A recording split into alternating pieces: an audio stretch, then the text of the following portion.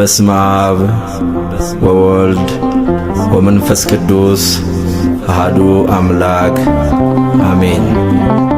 የእግዚአብሔርን ስም ያመስግኑ፣ ስሙ ብቻውን ከፍ ከፍ ብሏልና፣ ምስጋናውም በምድርና በሰማይ ላይ ነው። መዝሙረ ዳዊት መዝሙር 148 ከቁጥር 13። ምስጋና በሰማይ በምድር ማዳኑ ድንቅ ነው አማኑኤል። ሁሉም ቻይ ነውና ኤልሻዳይ፣ ሁሉም ቻይ ነውና ኤልሻዳይ። ምስጋና በሰማይ በምድር ማዳኑ ድንቅ ነው አማኑኤል። ሁሉም ቻይ ነውና ኤልሻዳይ፣ ሁሉም ቻይ ነውና ኤልሻዳይ።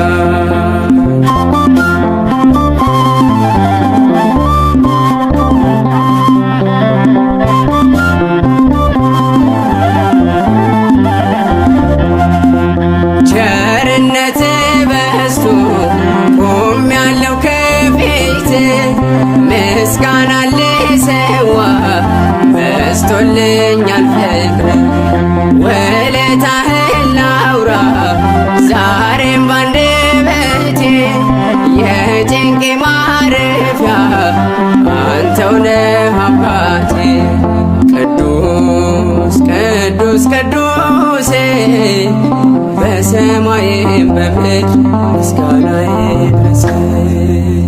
ምስጋና በሰማይ በምድር ማዳኑ ድንቅ ነው አማኑኤል።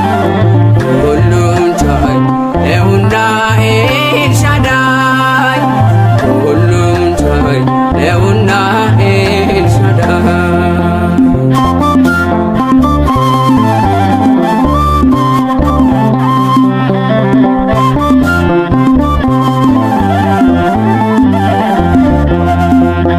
ያስጨነቀኝ ሁሉ በአንተ ተወግዷል።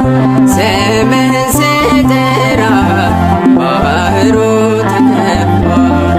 እኔ የሸሸሁ አንተ ተከተልክ፣ አማኑኤል ፍቅር ውለታ ደነቀ። ቅዱስ ቅዱስ ቅዱስ በሰማይም በምድር ምስጋና ይድረስ። ምስጋና በሰማይ በምድር ማዳኑ ድንቅ ነው አማኑኤል።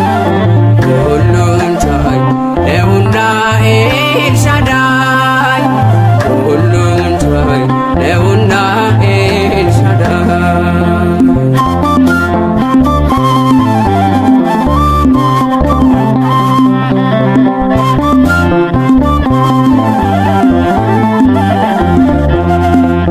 በእጅ በረከት አንደበቴን ከፍተህ ቆምኩኝ ለምስጋና ከፍቅር በረት። ሰምተኸኛል አንተ ሳትረሳ ጸሎቴ፣ በኖርኩበት አለ አትረሳኝም እኔ። ቅዱስ ቅዱስ ቅዱስ በሰማይም በምድር ምስጋና ይድረስ። ምስጋና በሰማይ በምድር ማዳኑ ድንቅ ነው አማኑኤል። ሁሉም ቻይ ነውና ኤልሻዳይ፣ ሁሉም ቻይ ነውና ኤልሻዳይ።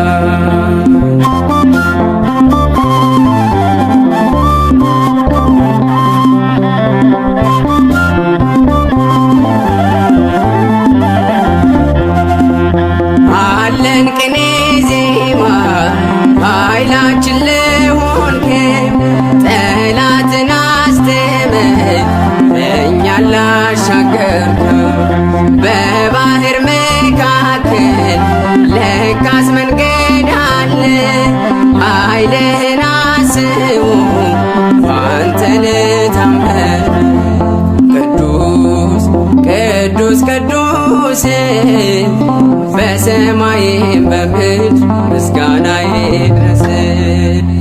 ምስጋና በሰማይ በምድር ማዳኑ ድንቅ ነው አማኑኤል። ሁሉን ቻይ ነውና ኤልሻዳይ ሁሉን ቻይ ነውና ኤልሻዳይ ምስጋና በሰማይ በምድር ማዳኑ ድንቅ ነው አማኑኤል። ሁሉን ቻይ ነውና ኤልሻዳይ ሁሉን ቻይ ነውና ኤልሻዳይ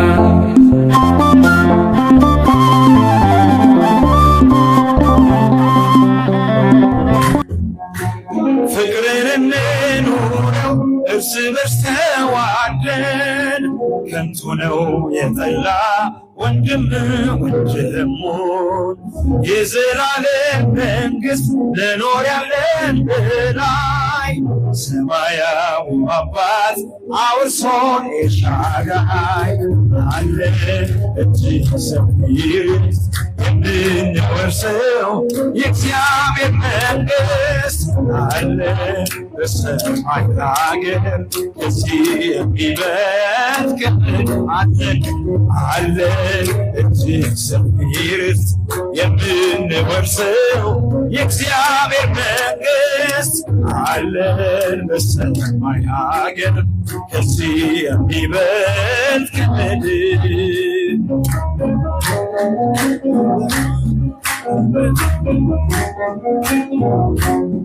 አንደበት የሚያወጣ የምስጋና ቅኔ የአምላኬን ማዳን አይቻለው ባይኔ በገባዖን ሰማይ ፀሐይን ያቆመ ዛሬን ጎብኝቶኛል እየደጋገመ አንደበት የሚያወጣ የምስጋና ቅኔ የአምላኬን ማዳን አይቻለው ባይኔ በገባዖን ሰማይ ዛሬን ጎብኝቶኛል እየደጋገመ ወጥመድ ተሰበረ እኔም አመለጥኩ ከኃጢአት ፍላጻ ከሞት አተረፈኝ የአናብስቱን አፍ በኃይሉ የዘጋ የዳንኤል አምላክ ኖራል ከላይ አምላኬ እልሃለሁ ስጠራ ሳመልክ እኖራለሁ ተከተልኩ ሁሉን ነገር ንቄ መድኃኒት መሆንክን አውቄ ከመልካም ቤት ተጠልያለሁ የእጅህን በረከት ካንተ እጠግባለሁ የእጅህን በረከት ካንተ እጠግባለሁ ክብሬ ነው ክብርህን መናገሬ ጽድቄ ነው ፍቅርህን መመስከሬ ስጠራ ሳመልክ እኖራለሁ ጌታዬ አምላኬ እልሃለሁ ስጠራ ሳመልክ እኖራለሁ እርፊሽን አላርስ ወደ ኋላ እያየው መረቤን ስትሞላ እመካብሃለሁ ባንተ መድኔ አምላኬ ነህና የምትራራ ለኔ አባቴ ነህና የምታስብ ለኔ ክብርህን መናገሬ ጽድቄ ነው ፍቅርህን መመስከሬ ጌታዬ አምላኬ እልሃለሁ እጆቹን ስጠራ ሳመልክ እኖራለሁ ጌታዬ አምላኬ እልሃለሁ ስጠራ ሳመልክ እኖራለሁ ቸርነት ምሕረት ከበዛልኝ ለስምህ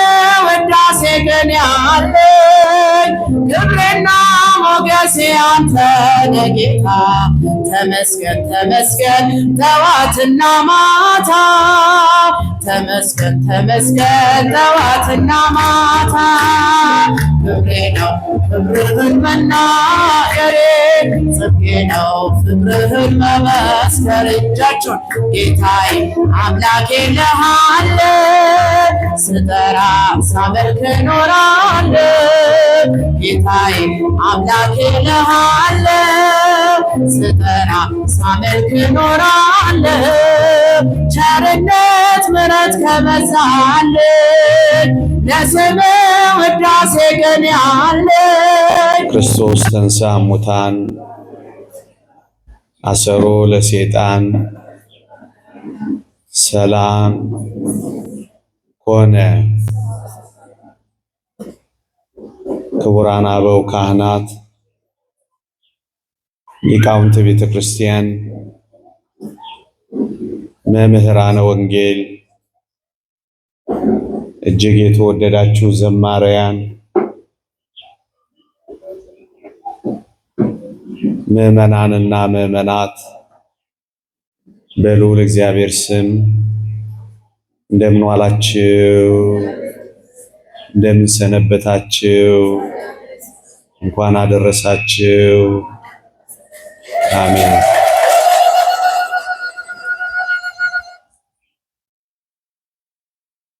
ክርስቶስ ተነስቷል።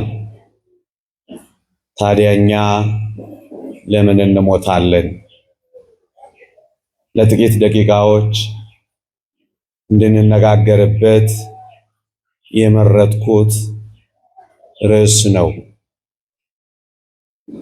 ጌታችን መድኃኒታችን ኢየሱስ ክርስቶስ ሞትን ድል ነስቷል። ታዲያ እኔ ለምን እሞታለሁ? ይህችን ጥያቄ የሚመልስ ሐሳብ ነው የማነሳው።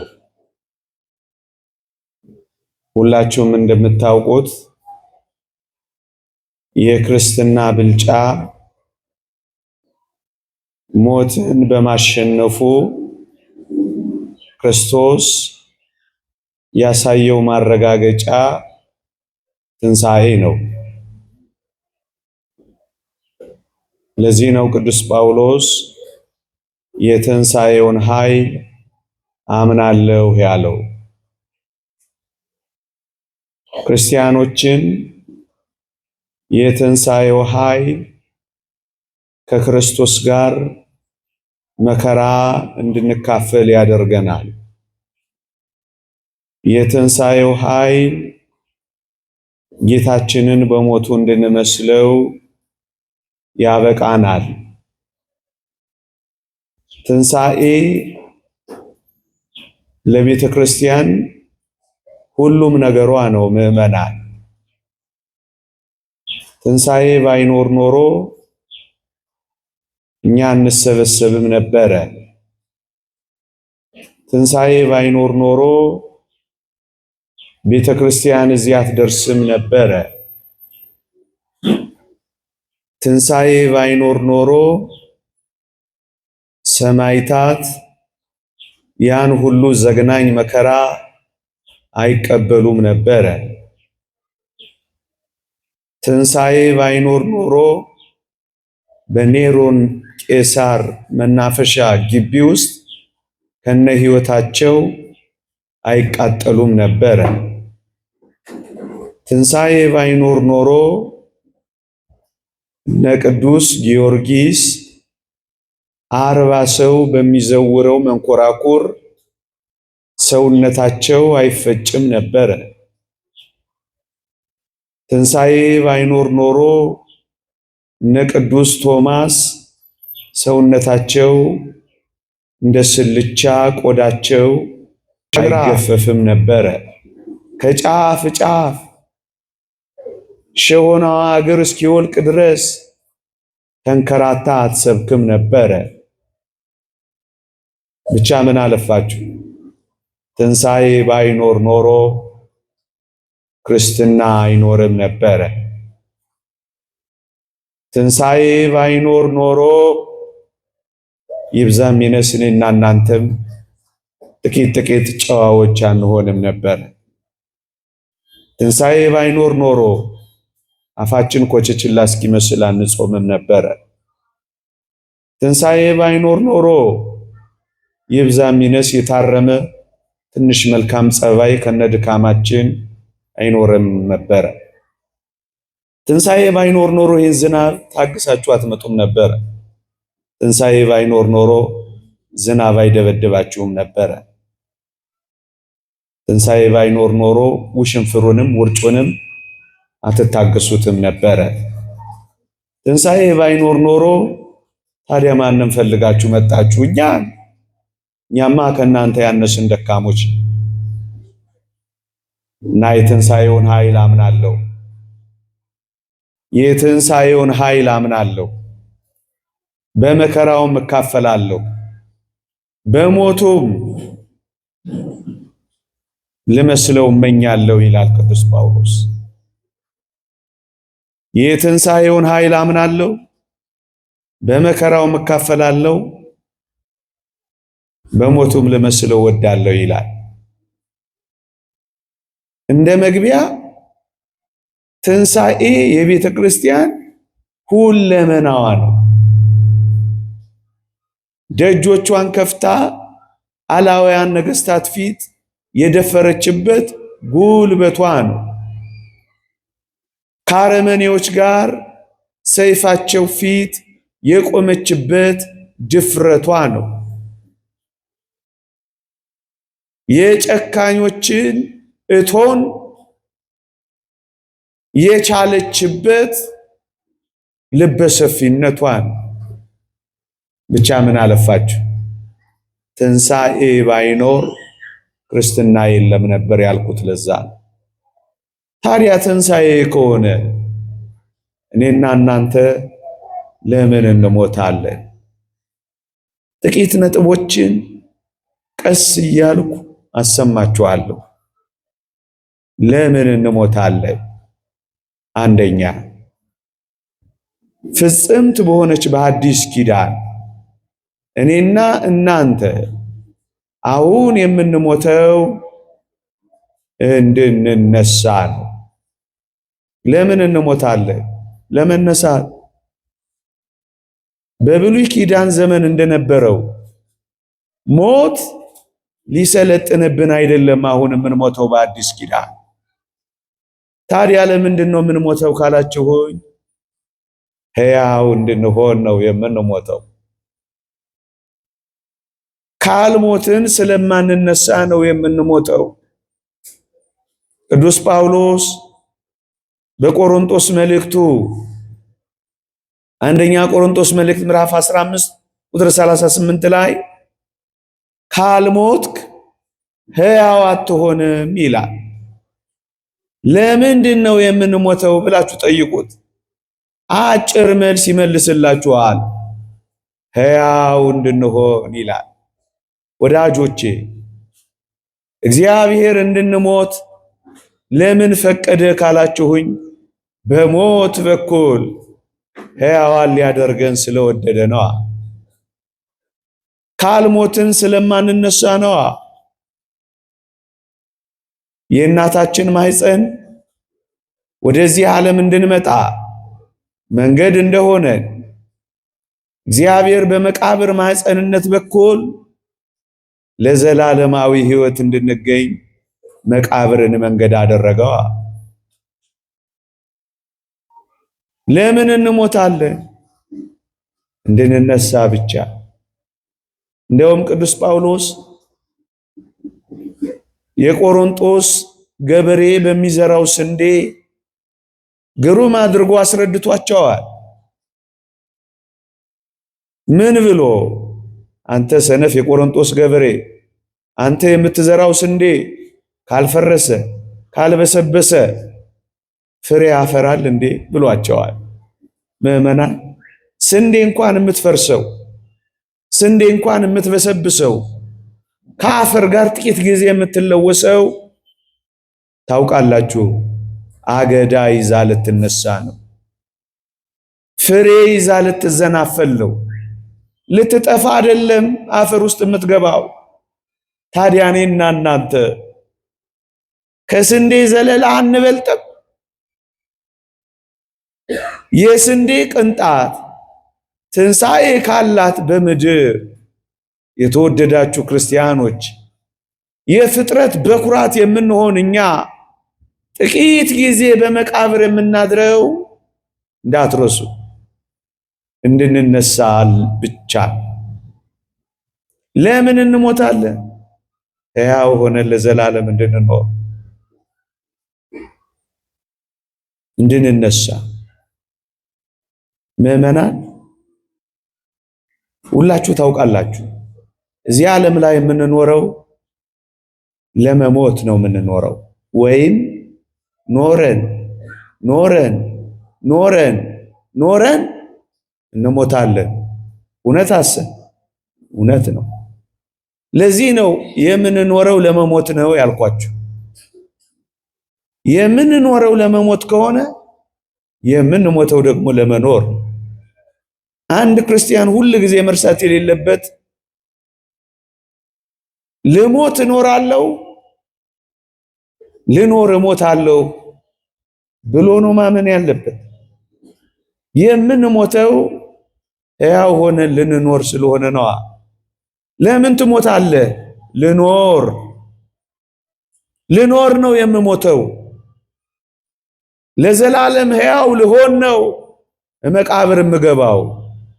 ለምን ትሞታለህ? ልኖር ነዋ። እንዳትረሱ። በሞት ፊት ሸብረክ እንዳትሉ። በሞት ምክንያት ውዶቻችሁን ብታጡ እንደ ክርስቲያን እርር ድብን እንዳትሉ። ወደ መኖር እየሸኛችኋቸው እንደሆነ ወቁ። ሊኖሩ ለዘላለም ሊኖሩ እሱን ነው የሚለን መጽሐፍ ቅዱስ። ካልሞትን ሕያው ስለማንሆን። እስኪ አንድ ጥያቄ ልጠይቃችሁ። ተነስታችሁ ድምፄ እንደሚሰማችሁ ተስፋ አድርጋለሁ። ይሰማል አይደል? ከክርስቶስ ጋር ተነስታችሁ ለዘላለም መኖር የምትፈልጉ እስኪ እጃችሁን አውጡልኝ። መቼም አልደግመውም ይሄን ጥያቄ። አውርዱ። እንኳን እጅ እግርን ብናነሳ አንጠላም አይደል? አይነሳም እንጂ። አሁን ደግሞ አንድ ቀለል ያለ የተንኮለኛ ጥያቄ ልጠይቃችሁ። መሞት ደግሞ የምትፈልጉ እስኪ እጃችሁን አውጡልኝ። ምን ወጣችሁ አለ ወዳጄ። ካልሞት ካትነሳም ከተባለ መነሳት የሚፈልግ ሰው አንድ ነገርም አብሮ መፈለግ አለበት። ምን በሏት? ቢያንስ ላስብላችሁ እንጂ በጉልበቴ መድረክ በመያዜ ምን ልትነሱ ትፈልጋላችሁ፣ መሞት ግን አትፈልጉም። የምን ብልጣ ብልጥነት ነው? መነሳት የሚፈልግ ሁሉ አንድ ነገርም አብሮ ይፈልጋል። ምን ካልሞትን ምን ስለማንሆን አልገባችሁም ማለት ነው ወገኖቼ። እርግጥ የተለያየ ፍርሃት አለባችሁ፣ ግን እርግጡ ልንገራችሁ፣ እዚህ መድረክ ላይ በረከቱ ይደርብንና ዮሐንስ አፈወርቅ ቢሆን ይህን ስብከት የሰበከው ሁላችንን የሚያባርረን ነበር። እየሰማችሁኝ ነው? እጅ ያላወጣችሁትን ሁሉ ዮሐንስ አፈወርቅ ከዚህ ቤተ ክርስቲያን ያስወጣችሁ ነበር። ለምን? ከክርስቶስ ጋር መኖር የማይፈልጉ የትንሣኤውን ኃይል ላይ የሚያፌዙ ክርስቶስ በሞት ላይ ላሳየው ድል ማረጋገጫ ትንሣኤውን የሚፈልጉ መሞት ግን የማይፈልጉ የክርስቶስን የድል ማረጋገጫ ትንሣኤውን ብዙም የማይናፍቁ ከሱ ጋር መኖር የማይፈልጉ እንዴ ቅዱስ ጳውሎስ ያለውን አልሰማችሁ? ልሄድ ከክርስቶስ ጋር ልኖር እኮ ነው ያለው። ልሄድ ማለት ልሞት፣ ከሞትኩ ከክርስቶስ ጋር ልኖር እኮ ነው ያለው። መኖር የምንጀምረው ስንሞት ብቻ ነው ወገኖች። ምንም አናባብልም። ልክ ነው። ፍርሃት ሊይዘን በብዙ ነገር ይችላል። እንደ ክርስቲያን ግን የምናምነው፣ እንደ ክርስቲያን ግን የምናስበው፣ እንደ ክርስቲያን ግን የምንጨክነው የምንሞተው ልንኖር ነው። ልሄድ ከክርስቶስ ጋር ልኖር ያለው ቃል ምንኛ የሚደንቅ! ከክርስቶስ ጋር መኖር የሚናፍቀው ሰው ሞትም ይናፍቀዋል። ለዚህ ነው እናፍቃለሁ ያለው። ምናልባት እኛ ክርስቲያን ገና መሆን አልጀመርን ይሆን እንጃ። ለምን እንሞታለን? ከክርስቶስ ጋር እንድንኖር። ለምን እንሞታለን? እንድንነሳ። ለምን እንሞታለን? ሕያው እንድንሆን። አንደኛ። ሁለተኛ፣ ለምን እንሞታለን? ለምን እግዚአብሔር እንድንሞት ፈቀደ? ሁለተኛ፣ እንዲህ ይላል እግዚአብሔር ቃል፣ እንደገና ሊሰራን ነው የምንሞተው። አዲስ ሊያደርገን ነው የምንሞተው። መቃብር ውስጥ ውብ አድርጎ እንደገና ሊያድሰንና ሊፈጥረን ነው የምንሞተው። መጽሐፍ ቅዱስ እንዲህ ይላል። አሁንም አንደኛ ቆሮንቶስ መልእክት ምዕራፍ 15 ቤት ስትገቡ አንብቡት። በውርደት እንዘራለን፣ በክብር እንነሳለን። በድካም እንዘራለን፣ በኃይል እንነሳለን። በመበስበስ እንዘራለን፣ ባለመበስበስ እንነሳለን። ለምንድን ነው የምንሞተው? በክብር እንድንኖር እንድንነሳ። ለምንድን ነው የምንሞተው? ኃያላን ሆነን እንድንወጣ ነው። ለምንድን ነው የምንሞተው? ይሄ የሚበሰብሰው የማይበሰብሰውን ስለማይወርስ ነው። እንዳንበሰብስ ሆነን እንድንሰራ ነው። አዲስ አድርጎ ሊሰራን ምዕመናን፣ ለአዲሱ ሕይወት የሚስማማ ሰውነት በመቃብር ውስጥ እግዚአብሔር ሊሰራን። ቅዱስ ጳውሎስ በፊልጵስዩስ መልእክቱ ላይ የተዋረደውን ስጋችንን ስጋውን እንዲመስል ያደርገዋል ይላል። ምን አይነት ውብ አድርጎ ሊሰራን ይሆን? ስጋውን እንዲመስል ያደርገዋል ይላል። የክብር አካል ይዘን እንድንነሳ ነው። እንደውም ምንድነው የሚለው? የእግዚአብሔርን መልክ እንደ መስታወት እያብለጨለጭን እንድናሳይ ነው ይላል። እንዴት ይደንቃል! ነገሩን በጣም ከፍ ላድርገው። ነቢዩ ዳንኤል ትንቢተ ዳንኤል ምዕራፍ 4 ላይ ጻድቃን እንደ ከዋክብት ይደምቃሉ ይላል። ለምን እንሞታለን? እንደ ከዋክብት እንድንደምቅ፣ እንድናሸበርቅ፣ የማይፈርስ የማይሸት የማይበሰብስ የማይጠወልግ የማይታመም ሰውነት ይዘን እንድንነሳ አዲስ አድርጎን ሊሰራን። እንዴ አታምኑትም? እግዚአብሔር ያለው እውነት ነው። ቃል ኪዳኑ የታመነ ነው። ሐሰት ለባህሪው የማይስማማ ነው። የምንሞተው ሊሰራን። አፈር ውስጥ ከገባን በኋላ ቀድሞስ ከአፈር አይደል እንደ የሰራ? ያውም ያኔ ምንም እያለ ምንም እማሃበ አልቦ ሀበቦ ካለ ምንም ነው የፈጠረ። አሁን ደግሞ ስጋ ከፈረሰ ካፈር ከተለወሰ በኋላ ለሱ ምንም ያቅተዋል? መጀመሪያም ካፈር አሁንም ካፈር አዲስ አድርጎ ሊሰራ። አንዲት የሸክላ ባለሙያ፣ አንዲት የገል ባለሙያ ሸክላዋ ቢሰነጠቅ ገሏ ቢሸረፍ ጊዜ ስትለስነውና ስትጠግነው የምትውል ይመስላችኋል? ምዕመና አትውልም። ገሏ ቢሰነጠቅ ሸክላዋ ቢሸረፍ ስትጠግነው አይደለም የምትኖረው፣ አፍርሳ አብኩታ ነው የምትሰራው። ታዲያ እግዚአብሔር እንድንፈርስ ለምን ፈቀደ? እንደገና የክብር የሸክላ ዕቃ አድርጎ ሊሰራን ነዋ። እንደገና ሊያስውበን ነዋ። መጽሐፍ ቅዱስ እንዲህ ይላል፣ እኛ ሸክላ ነን፣ እግዚአብሔር ሰሪያችን ነው ይላል። እኛ ጭቃ ነን፣ እግዚአብሔር ፈጣሪያችን ነው ይላል። ለምን መቃብር ውስጥ እንገባለን? ያሸበረቅን እንድንወጣ፣ የከበረ ሰውነት ይዘን እንድንወጣ፣ የማንበሰብስ ሆነን እንድንሰራ፣ እንደገና አዲስ ውብ አድርጋ የገል የሸክላ ባለሙያዋ እንደምትሰራው እንደገና የከበረ አድርጎ ሊፈጥረን ነዋ። እንደገና ሊሰራን ነዋ። ለምን እንሞታለን? እግዚአብሔር እንደገና ሊሰራ። ሁለተኛ፣ ሶስተኛ ለምን እንሞታለን? ለምን እንሞታለን? ቅዱስ ባስልዮስ ዘቂሳርያ በአንድ ትምህርቱ ላይ እንዲህ ይላል፣ የሰው ልጅ ለዘላለም በኃጢአት እንዳይኖር ለመከልከል እግዚአብሔር የሰጠው ስጦታ ሞት ነው ይላል። ደግሞ አለሁ የሰው ልጅ ለዘላለም በኃጢአት እንዳይኖር ለመገደብ እግዚአብሔር ለሰው ልጆች የሰጠው ስጦታ ቢኖር ሞት ነው ይላል።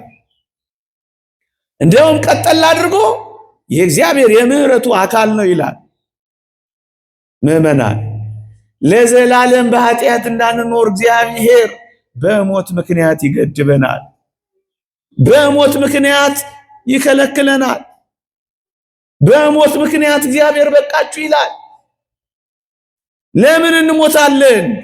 ለዘላለም በኃጢአት እንዳንኖር፣ ኃጢአት እየሰራን እንዳንኖር፣ ከኃጢአት ሊገድበን፣ ከበደል ሊከለክለን። ምዕመናን ወገኖቼ እስኪ አስታውሱ፣ እውነት ምድር ላይ ሞት ባይኖር ኖሮ በምድራችን ላይ ወንጀል ምን ያህል ይስፋፋ እንደነበር አስቡት።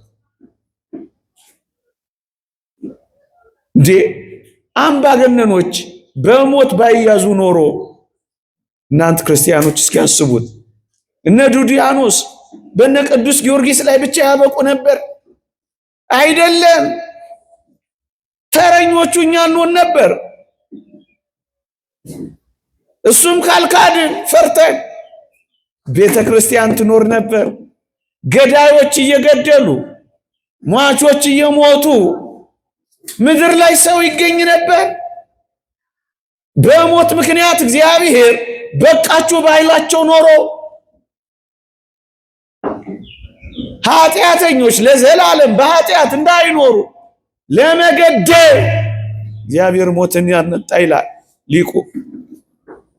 እንዴ የሰውን ልጅ ስጋ ፍሪጅ ውስጥ እያስገቡ የሰው ልጅ ፍሪጅ ውስጥ የነበረ ስጋ የሚበሉ የምድራችን አምባገነኖች በሞት ምክንያት ባይወሰዱ ኖሮ ምናልባት ፍሪጅ ውስጥ የሚገኘው የኔ ስጋ ይሆን ይሆን? ወረፋ ይዤ ይሆን? በቃችሁ አላቸው። ምዕመናን፣ ጉልበተኞች፣ አምባገነኖች፣ ኃይለኞች በሞት ምክንያት ባይቆሙ ኖሮ ምድር ምን ልትሆን እንደምትችል አስቡ። ሞት እንኳን እያለ ምድርን እንዲህ ካደረጓት ሞት ባይኖር ኖሮ ምን ሊያደርጓት እንደሚችል አስቧል። እስኪ አስቡ። ለዚህ ነው የእግዚአብሔር የምህረቱ አካል ነው የሚለው። ሞት ስላለ እኮ አንዳንዶቻችን ጨዋ ሆነናል። በእግዚአብሔር ፊት እንደምንቆም ስለምናስብ በሰዎች ላይ መጨከን አቁመናል። እግዚአብሔር እንደሚጠይቀን ስለምናውቅ ከዘማዊነት ወጥተናል። ሞት እንዳለብን ስላወቅን የምላስ መልስ በእግዚአብሔር ፊት እንዳለን ስለተረዳ ሰው መናገር እኮ አቁመናል። ሞት ስላለ የሰው ልጅ ለዘላለም በኃጢአት እንዳይኖር ለመገደብ የተሰጠ ስጦታ ነው እኮ ነው እንጂ ገዳዮች እንደገደሉ ይቀጥሉ ነበር። ሟቾችም እየሞቱ ያልቁ ነበር። ግፈኞች ግፍ እየሰሩ እያስራቡ ይቀጥሉ ነበር። ሩህባንም እየተራቡ ይሳቀቁ ነበር። ምድር እጅግ በጣም የከፋ ኑሮ የሚፈጸምባት ትሆን ነበር። ግን እግዚአብሔር ለዘላለም የሰው ልጅ በኃጢአት እንዳይኖር በሞት ምክንያት በቃ ይላቸዋል። በቃ ይላል። ንጉሥ አጋግ በዚህ በመጽሐፈ ሳሙኤል ተጽፏል። በጣም ይገርማቸዋል። ሴቶች ሲጸንሱ ከነ ህይወታቸው ሆዳቸውን እየተረተረ ወንድ ነው ሴት ነው እያለ ቼክ ያደርግላችሁ ነበር። እየሰማችሁኝ ነው? አሁን ይሄ ንጉሥ አጋግ ቢኖር ኖሮ አልትራሳውንድና ኤምአርአይ ትነሺ ነበር። እሱ እየቀደደ ያይ ነበር እንጂ ወረፋ ይዘን ነበር ከሚስቶቻችን ጋር። እኛም የአጋግን አልትራሳውንድ ለማሳየት እግዚአብሔር በሞት በቃ አለዋ። ነብዩ ሳሙኤል መጣና ሰይፍ ይዞ ሊገለው ሲል ሞት እንደዚህ መሪር ናት እንዴ አይል መሰላችሁ? ቅመሳት እንጂ አንተ። ያስጨነቁ ይጨነቃሉ ይቅመሷል፣ የገደሉ ይመታሉ ይቅመሷል፣ ያስራቡ ይራባሉ ይቅመሷል፣ የገፉ ይገፋሉ ይቅመሷል፣ ያስጨነቁ ይጨነቃሉ ይቅመሷል። ቅዱስ ያዕቆብ ዘስሩግ እንዳለው ያን ጊዜ አፋቸው ይዘጋል፣ ያን ጊዜ ጩኸት ይሆናል፣ እናትም የልጇን ጩኸት አትሰማም። ያን ጊዜ ፍጅት ይሆናል፣ የማይጠቅም ፍጅት ነው። ይቅመሷት እንጂ ብንጮህ ካልሰሙን እመኑኝ አንድ ቀን እነሱም ይጮሃሉ፣ የሚሰማቸው ግን የለም። ይፈጃሉ፣ አንድ ቀን ግን ይፈጃሉ። እግዚአብሔር በሞት ምክንያት ያስቆማል። እግዚአብሔር በሞት መቅሰፍት ይቀጣል፣ ያስቆማል። ምዕመናን እና እስከ መቼ ሚስታችንን እንዳስነቀስን እንኖራለን? እስከ መቼ ማዲያት እንዳወጣች፣ እስከ መቼ በባሏ እንዳዘነች እንዴ በቃ ይባላል። እስከ መቼ ኃይለኛ እንደሆነ፣ እስከ መቼ ያዙ ይልቀቁኝ እንዳለ፣ እስከ መቼ እንደጠገበ፣ እስከ መቼ ይቺ ጆሮ አየችኝ እያለ ሰው እንዳመናጨቀ ይኖራል። ይቀምሳታል።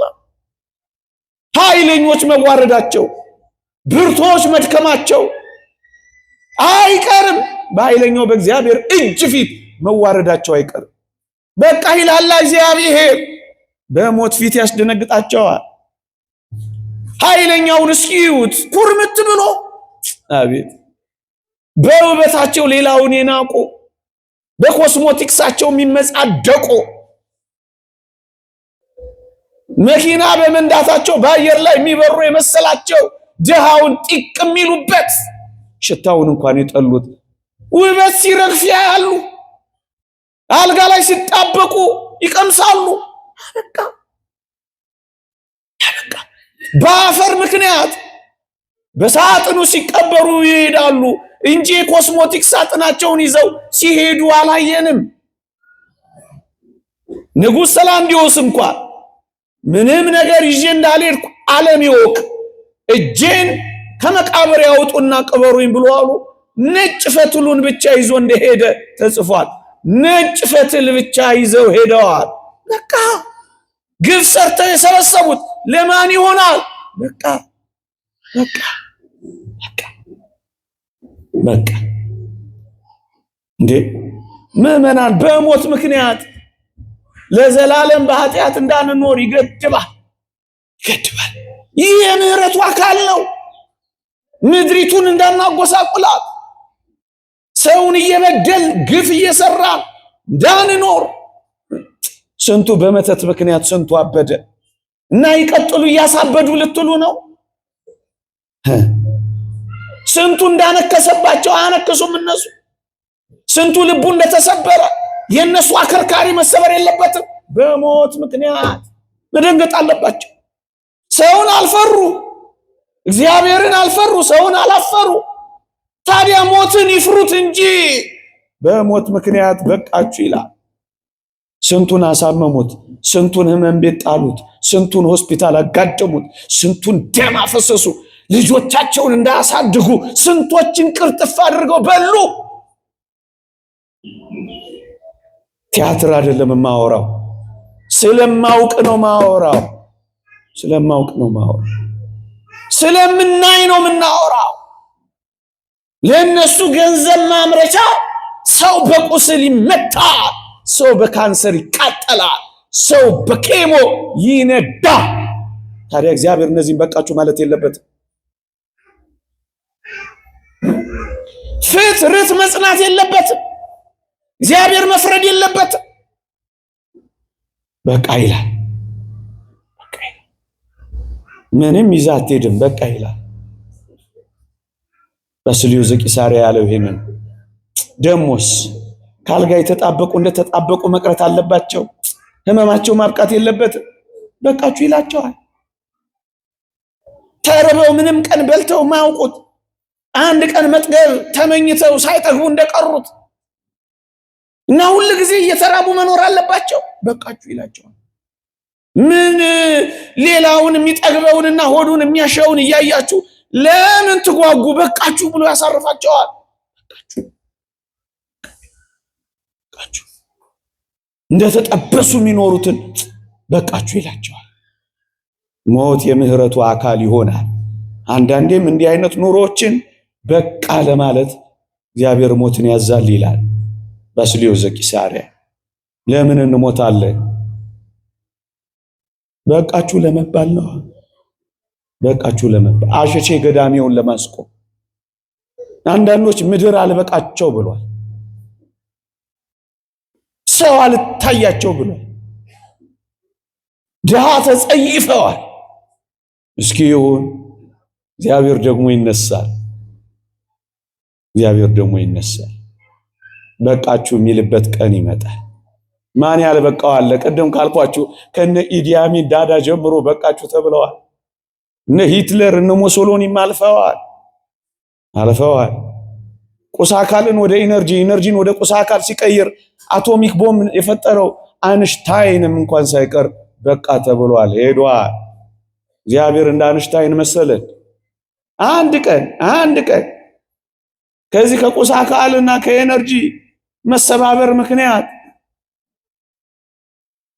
ያንን ኒኩለር ቦምብ ሲፈጥር ዓለምን ወደ ማጥፋት ነው ሄደው። ያለም ክብር ይግባውና ለስሙ ከፍ ይበልና የስም አጠራሩ ይድነቀን እንጂ እግዚአብሔር እነዚህ ሁሉ የምታዩቸው ከዋክብት ኒኩለር ቦምቦች ናቸው። ፀሐይማ ተዋል። ጥቃቅኑ ሁሉ ኒኩለር ቦምብ ነው። ይሄን ሁሉ ኒኩለር ቦምብ ታጥቆ አንድ ቀን እንኳን አላፈነዳብን። ይህ ዓለምማ ትዕቢተኛ ታጠቁ ብሎ እንዴት እንደሚፎክር ይሁት። በቃ ይላል እግዚአብሔር። በቃችሁ አይላቸውም? ይላቸዋል። እንደዚህ ዓለምን በውጥረት የሚያስጨንቁትን የቀውስ መክበብ የሚያደርጓትን ዓለምን ብቻቸውን ሊኖሩ ፈልገው ብዙዎችን ለመፍጀት የሚቋምጡትን እግዚአብሔር በቃችሁ ማለቱ አይቀር እንደሆነ እግዚአብሔር ባይመጣ ነበር እኛ የሚቆጨን በእውነት። እንዲሁ ምድር ላይ እንደዚህ እንደሆን ብንቀር ነበር የሚቆጨን በእውነት። በዚህች ሕይወት ብቻ ክርስቶስን ተስፋ አድርገን ቢሆን ነበር የሚቆጨን በእውነት። በዚህች ሕይወት ብቻ አይደለም እኛ የክርስቶስ ይሆን ነው። ለምን እንሞታለን? በቃችሁ ሊል ነው እግዚአብሔር። በቃችሁ ይላል። በምክር ካልሰማህ በመከራ ያሰማሃል። በቃ ይላል። በፍቅር ካልሰማህ በቁጣህ በቃ ይላል። በጤና ካልሰማህ በበሽታ በቃ ይላል። ቅዱስ ይስሐቅ እንደተናገረው በጤንነት ይሁን በበሽታ እግዚአብሔር ወደ አንተ የሚመጣው አታውቅም። ጤነኞች የነበሩ ስንቶች ወድቀዋል። ደግፈው የነበሩ ስንቶች ተደግፈዋል። ያዙ ይልቀቁኝ ያሉ ሰዎች እንዴት አድርገው አልጋ ላይ ተይዘዋል። በምን ቋንቋ እናስረዳችሁ? ሲራክ እንዳለው እኮ ነው። በቁሙ የሚተላ ሰው ምንኛ ይታበይ ይላል። ሲራክ 10ን አንብቡት።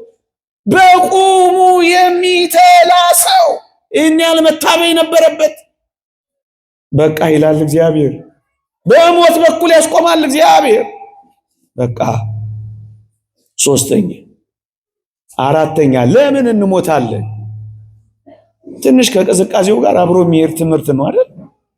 ነይ ባሳ ኮራመጥኳችሁ ቴዲዬ ምን ላድርግ? ሳልነግር ብቀር ነው እኔ የምጠየቀው። እውነት አስብ ምን ቦጥ ለኔም ነው የምነግረው ለእናንተ። እንደውም ብዙ ለኔ ነው እየወቀስኩት ያለው። እናንተማ ምን ቦጣችሁ? ንጹሃን ናችሁ እኮ ምስኪኖች በሰላም እንደወጣ። እውነቴን ነው። በእውነት ደግሞ ብዙ ለእናንተ አይነገርም፣ እኛ ለምዶብን እንጂ። አራተኛ ለምን እንሞታለን? አንድ ጥቅስ ልጥቀስ። እየሰማችሁኝ ነው? ግን እኔ ሞንታርቦ አይሰማኝም፣ እናንተ ይሰማችኋል? ነገ እንደሚፈወስ ተስፋ አደርጋለሁ። መቼ አይደለ? ነገ ይፈወሳል። ይኸውላችሁ የማይሰማችሁ ስለሚመስለን ነው አንዳንዴ የምንጮህባችሁ እንጂ ተነክተን አይደለም። እሺ እየሰማችሁ ነው። ለዛ ነው እና አደራችሁ እንዳትጠሉ። ምን ይጮሃሉ እንዳትሉ። ግድ የለም ደግሞ የባሰ ታሞ እኔም እንዳልታመም። አራተኛ አንድ ጥቅስ ልጥቀስ፣ ከዛ አስመርጣችኋለሁ። እሺ እሺ አትሉ? ፈራችሁ እንዴ? ትሞታላችሁ እያልኳችሁ አይደለም። ለምን እንደምንሞት ነው እየነገርኳችሁ ያለሁት። እሺ እንዳትፈሩ። እናንተማ ክርስቲያን ናችሁ፣ እንድትደፍሩ እኮ ነው። በሞት ላይ እንድትፎክሩ። ሞት ወይ መውጊያ የታል፣ ሲኦል ወይ ድል መንሳት የታል እያላችሁ በመቃብር ላይ እንድታፌዙበት እኮ ነው ማስተምራችሁ። ሰምታችሁኛል? አራተኛ አንድ ጥቅስ ላንብብላችሁ። አልዓዛርም ሞተ፣ መላእክትም ወደ አብርሃም እቅፍ ወሰዱት ይላል። ይሄን ያዙልኝ። ከዛ ይቀጥልና ሉቃስ ወንጌል ምዕራፍ 16 ባለጸጋው ሞተ ተቀበረ ይላል። ሁለት ሰዎችን ያነጻጽራል።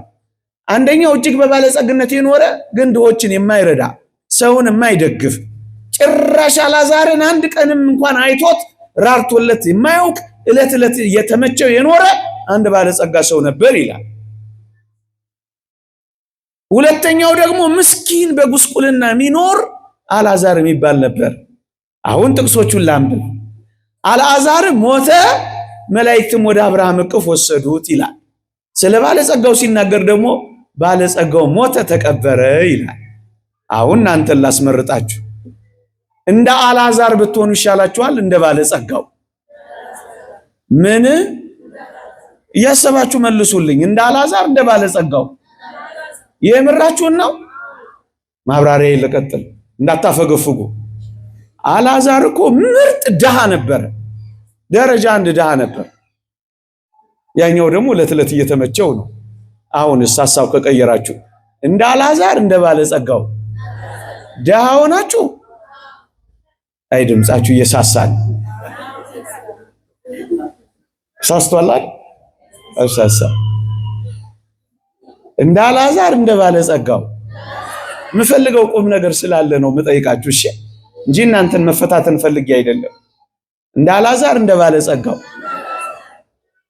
እሺ ትንሽ ነገሩን ከበድ ላርገው።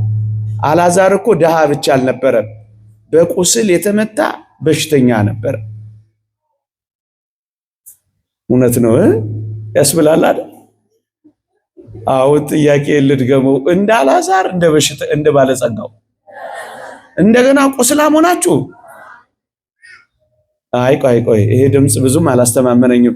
እንደ አልዓዛር እንደ ባለጸጋው የምራችሁን ነው? በቃ ነገሩን ትንሽ እያጋነንኩት አይደለም፣ እንደውም ከምናገረው ያነሰ ነው። ሶስተኛ አልዓዛር እኮ በዛ ሁሉ ድህነት፣ በዛ ሁሉ ታማሚነት አስታማሚ የሌለው ምስኪን ነው።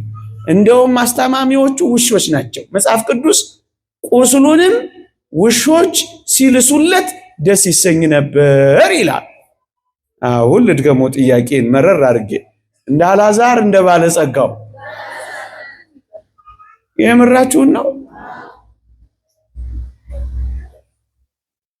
አይ ደህና ክርስቲያን እየሆናችሁ ነው ማለት ነው።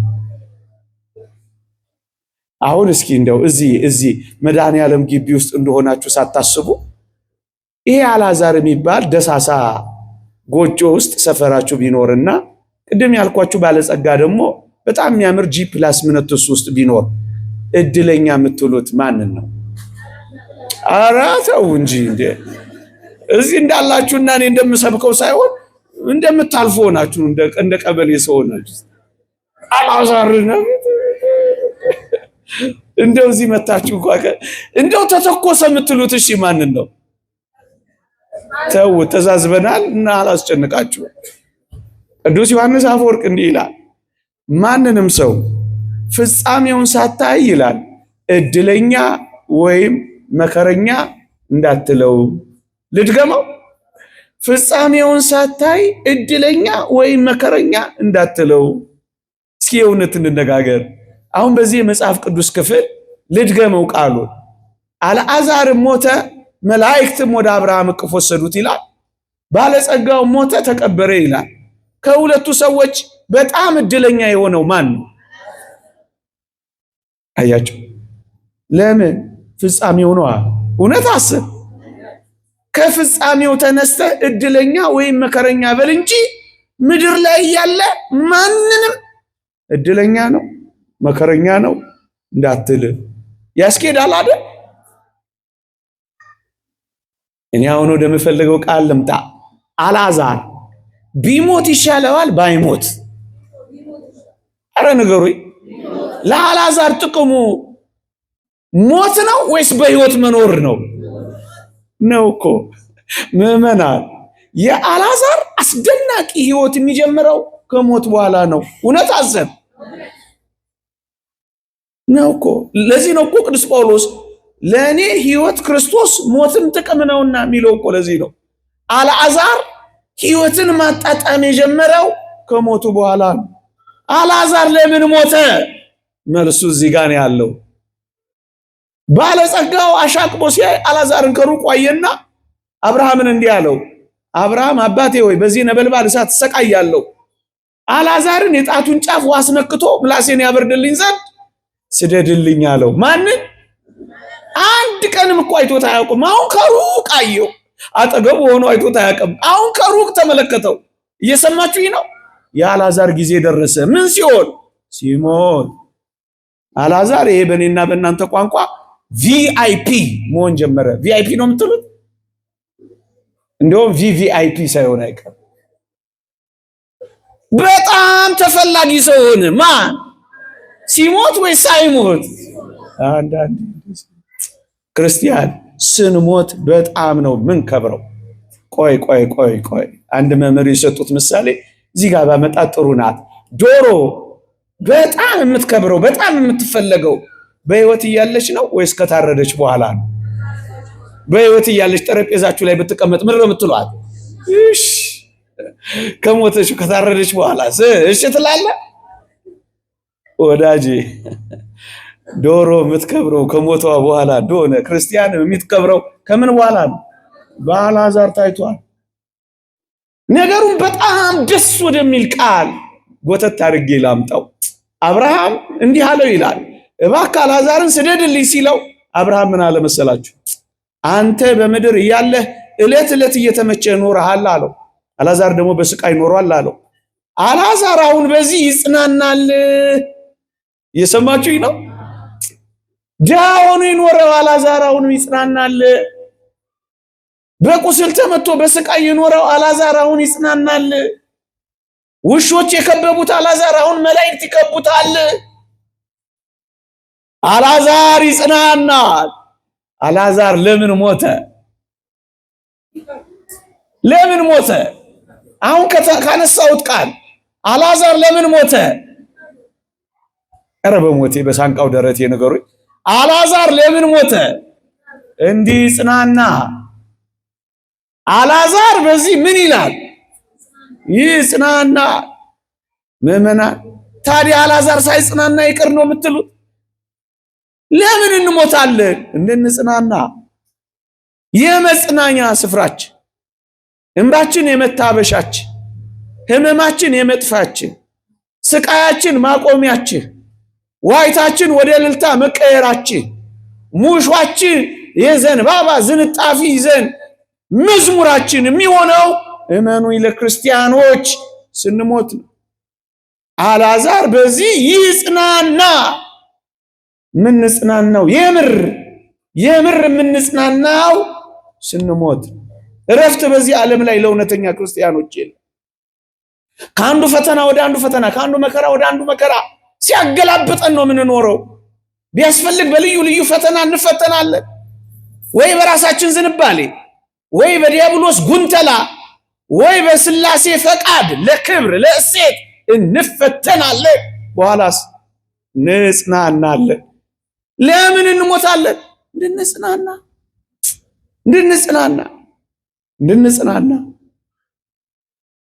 ለምን እንሞታለን? የሚሻል ህይወት ውስጥ እግዚአብሔር ሊወስደን። እርግጠኛ ነኝ ታምናላችሁ። እወለዳለሁ አለ ተወለደ፣ እውነት ነው። ሞታለሁ አለ ሞተ፣ እውነት ነው። እነሳለሁ አለ ተነሳ፣ እውነት ነው። አርጋለሁ አለ አረገ፣ እውነት ነው። ስፍራ ላዘጋጅላችሁ ሄዳለሁ አለ ሄደ፣ እውነት ነው። መጥቼ ወስዳችኋለሁ ብሏል። ሁሉም እውነት ከሆነ ይህም ጭምር እውነት ነው። ስፍራ ሊያዘጋጅልን ነው የሄደው። ያ ስፍራ የተሻለ ህይወት። ቅዱስ ጳውሎስ ልሄድ ከክርስቶስ ጋር ልኖር እናፍቃለሁ ካለ በኋላ ከሁሉ ይልቅ እጅግ የሚሻል ነው። ከሁሉ ይልቅ አሁን ከምንኖረው ኑሮ በላይ የሚሻል ኑሮ አለ። የሚያምር ቤት አለ። የማይወዳደር ቤት ተዘጋጅቷል። እጅግ የሚያቀማጥል ኑሮ አለ። ከሱ ጋር የማይነጻጸር የደስታ ህይወት ተዘጋጅቷል። እጅግ የሚሻል ህይወት፣ የሚሻል የሰው ዓይን ያላያት፣ የሰው ጆሮ ያልሰማት፣ በሰው ልብ ያልታሰበች እግዚአብሔር ለኛ ያዘጋጃት የምትሻል ህይወት አለች። ለምን እንሞታለን? የሚሻል ህይወት እግዚአብሔር ስላዘጋጀን። የሚሻል ከምናገረው በላይ ነው ምዕመናን። የሚሻል እያንዳንዷን ብዘረዝራት በወደድኩ የሚሻል ህይወት ግን አለ። የሚሻል ለምን እንሞታለን? የሚሻል ህይወት እንድንኖር፣ ማንታመምበት ህይወት፣ ማንሰቃይበት ህይወት፣ ማንራብበት ህይወት፣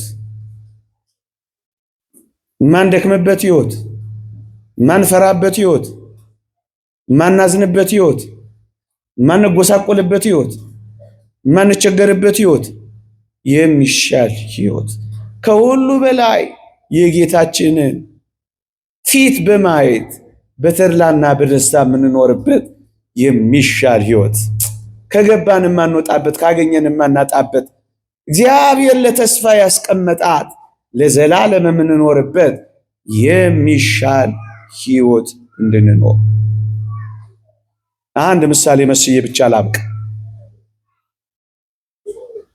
አንድ ንጉሥ ለአንድ ጩርቄ ምስኪን ድሃ ግሩም የሆነ ውብ አዳራሽ እያዘጋጀለት አዳራሿን እስኪሰጠው ድረስ ግን ጥቂት ጊዜ ሽታና ክርፋት ያለባት ቦታ ጥቂት ጊዜ እንዲኖር አደረገው። ስሙኝ ምሳሌ። አንድ ንጉሥ ለአንድ ምስኪን ጩርቄ ድሃ ሸላልሞና አዘጋጅቶ ቆንጆ አዳራሽ አዘጋጅቶ ሊሰጠው ቃል ገብቶለት እየሰራለት እስከ ጊዜው ድረስ ግን እስኪሰጠው ድረስ ሽታና ክርፋት ያለበት ቦታ አስቀመጠው። ምዕመናን፣ ምስኪን ጩርቄ ድሃ አንድ ነገር ብቻ ነው የሚጓጓው ወይም የሚናፍቀው ወይም የሚፈልገው። ምን የሚጓጓ ምን የሚፈልግ ይመስላችኋል? ንጉሱ የሚሰጠውን አዳራሽ እስኪያስገባው እውነት አሰብ። አቤት መቸኮል ነው! ወይስ ሽታና ክርፋት ያለበት ቦታ ለዘላለም እንዲቀመጥ ነው የሚፈልገው? እንዲገባ እውነት አሰብ። ምዕመናን፣ አልታወቀንም እንጂ ሽታና ክርፋት ነው የሞላባት ይቻለ። በዚህ ሽታና ክርፋት ዓለም ንጉሱ እያዘጋጀልን ያለውን ቤት ሳናገኝ እዚሁ መረሳትና መቅረት ነው የምንፈልገው። አልገባንም እንጂ የሚበልጠውን ህይወት በሚያንሰው ዓለም መቀየር ነው የምንፈልገው። አይፈልግም። በጣም የሚቸኩለው ንጉሱ ቶሎ ሰርቶ እስኪያስረክበው ድረስ ነው እንጂ ሽታና ክርፋት ውስጥ መኖር አይፈልግም። የዘረኝነት ሽታና ክርፋት፣ የፍቅር ማጣት፣ የደስታ ማጣት፣ የእርካታ ማጣት፣ የእውነት ማጣት፣ የግፍ ሽታ ሁሉ ጊዜ የምታወሩት አይደል እንዴ እናንተ? ይሄው ስንት ዘመን ሆነን እያወራ። ታዲያ እዚህ ሽታና ክርፋት ውስጥ መቆየት ትፈልጋላችሁ?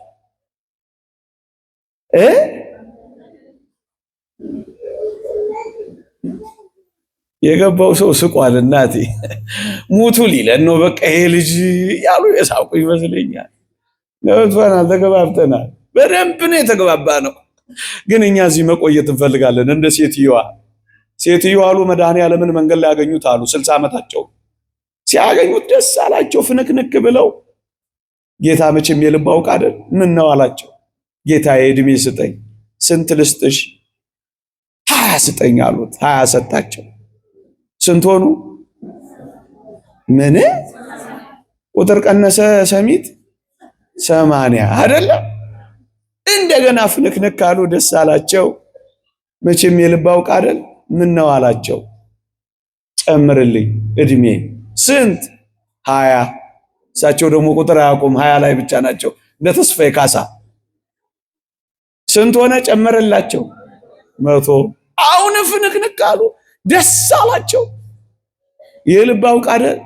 አሁንም ምን ነው አላቸው። ጌታዬ ሆይ ይህን ሁሉ ከሰጠኝ እንደው በነካጅ ምን አለ እኔን እዚሁ ብትረሳኝ አሉት። እርሳኝ። መረሳት የምትፈልጉ እስኪ እጃችሁን አውጡ ብል እኮ እንዲሁ እንደተንፏቀቀን እዚሁ ብንቀር ደስ ይለናል። አብዛኞቻችን ገና አሁን የተሰበከው የተነገረው ይሄው ከልጅነት ጀምሮ የተማርነው ገና ነን።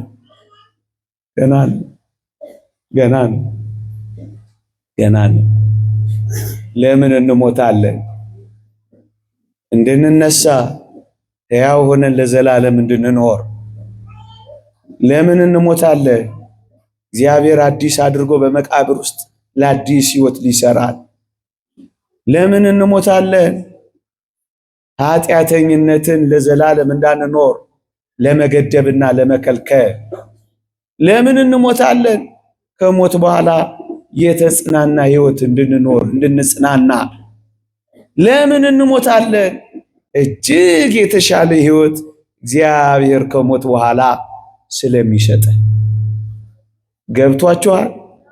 ግልጽ ነው። አሁን ስብከቴ ፍሬ ማፍራቷንና ማረጋገጥ ጥያቄ ጠይቃችኋለሁ። እሷም መሞት የምትፈልጉ ምን ነው አዚቲ ከረቡ በፊት እንዳይሆን ብለሽ ተቆጥሯችን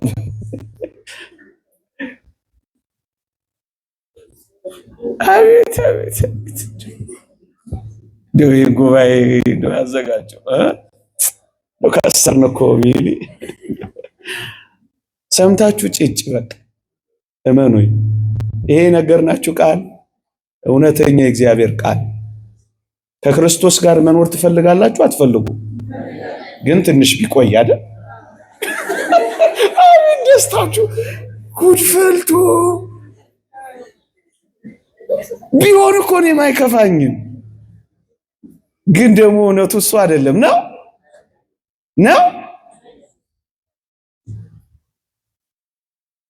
እስኪ አንድ ነገር በጣም ሐሳባችሁ በጣም ጥሩ ነው። እኔንም በጣም አነቃቅቶኛል። ግን ምን ያደርጋል ሰዓት የለኝም እንጂ ልናገባም ላናገባም እንችላለን። እውነት ሐሰት። ልንወልድም ላንወልድም እንችላለን። እውነት ሐሰት። ባለጸጋ ልንሆንም ላንሆንም እንችላለን። እውነት ሐሰት። ልንሞትም ላንሞትም እንችላለን። እውነት ሐሰት። እውነት ምድር ላይ የትኛውም ነገር እርግጠኞች አይደለንም። አንድ ነገር ብቻ እርግጠኛ ነን። ምን? መሞታችን። ሌላ ሁሉ እናንተ አሁን የምትደግሙበት ልጅ ባሳድግ በወልድ ብኩ ምናምን ብድር እሱ እርግጠኛ አይደለን ነን።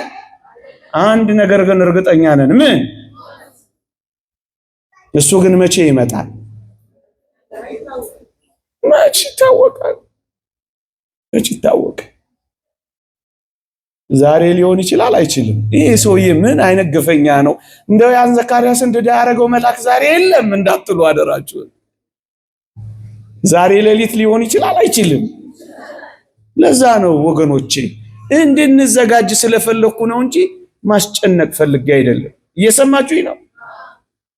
እንዘጋጅ።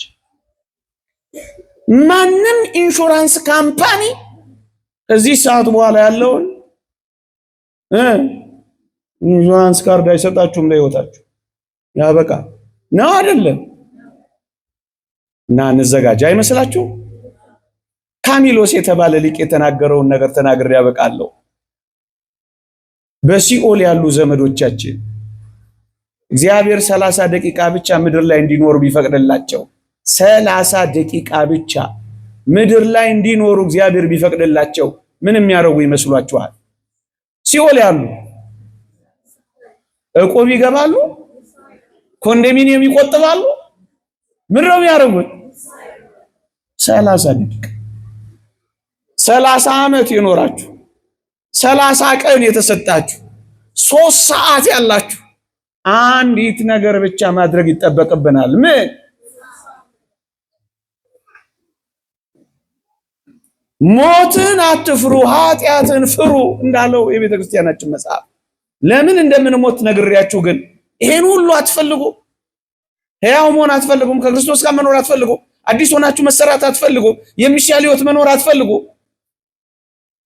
መጽናናት አትፈልጉ።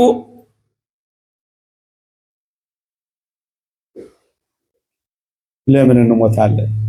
የእግዚአብሔር ቸርነት፣ የእመቤታችን አማላጅነት፣ የቅዱሳን በረከት ረድኤት አይለየን። ለንስሐ ሞት ያብቃ። አሜን። ይቆየን። የሰማዩን መንግሥት ርሱን ለሰጠን ከጨለማ አውጥቶ ብርሃን እንዳሳየን ለዚህ ድንቅ ውለታ ምስጋና ያንሰዋል። በእርሱ ደስ ይበለን፣ ክብር ይገባል። ኑ በእግዚአብሔር ደስ ይበለን፣ ደስ ይበለን። ኑ በእግዚአብሔር ደስ ይበለን፣ ደስ ይበለን። ለታላቁ ክብር ለዚህ ላበቃን ከሞት ወደ ሕይወት ላሸጋገረን ኑ በእግዚአብሔር እጃችሁን ኑ በድንግል ደስ ይበለን። ኑ በእግዚአብሔር ኑ በድንግል ደስ ይበለን።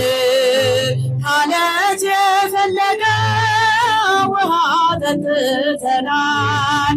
ሰማያዊ መና አምላክ መግቦናል።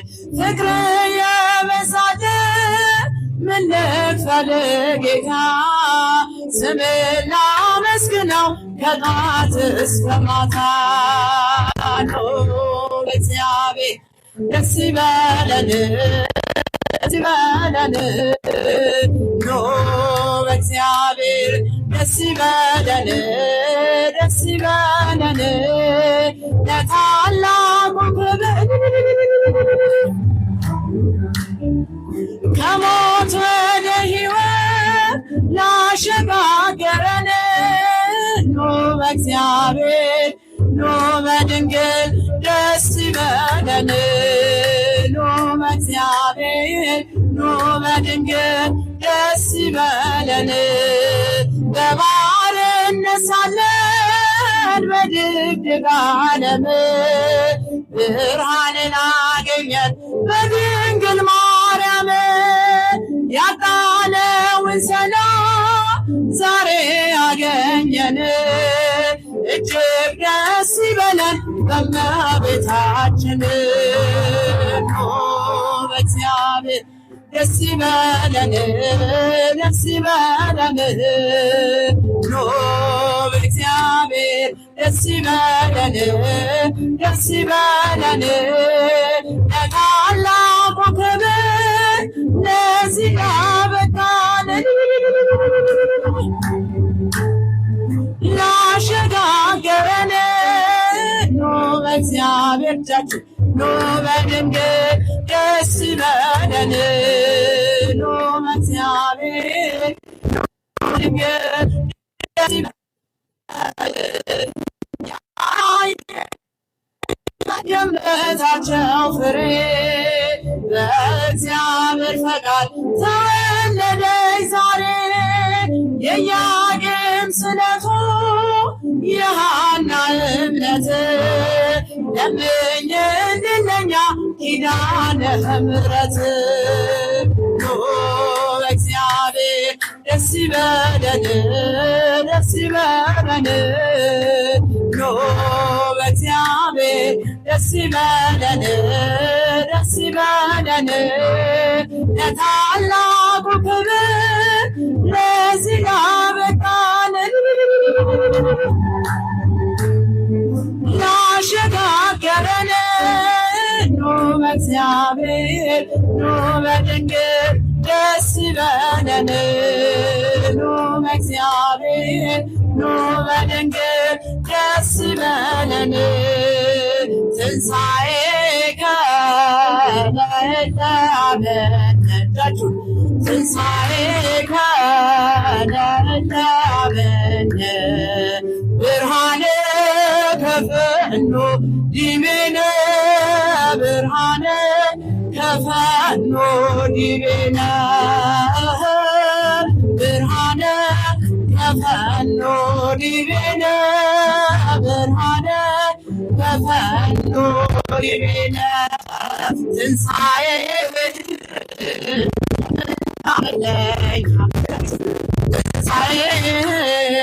ለምና ለኛ ብርሃንን ላክልን ወደኛ ብርሃንን ላክልን ወደኛ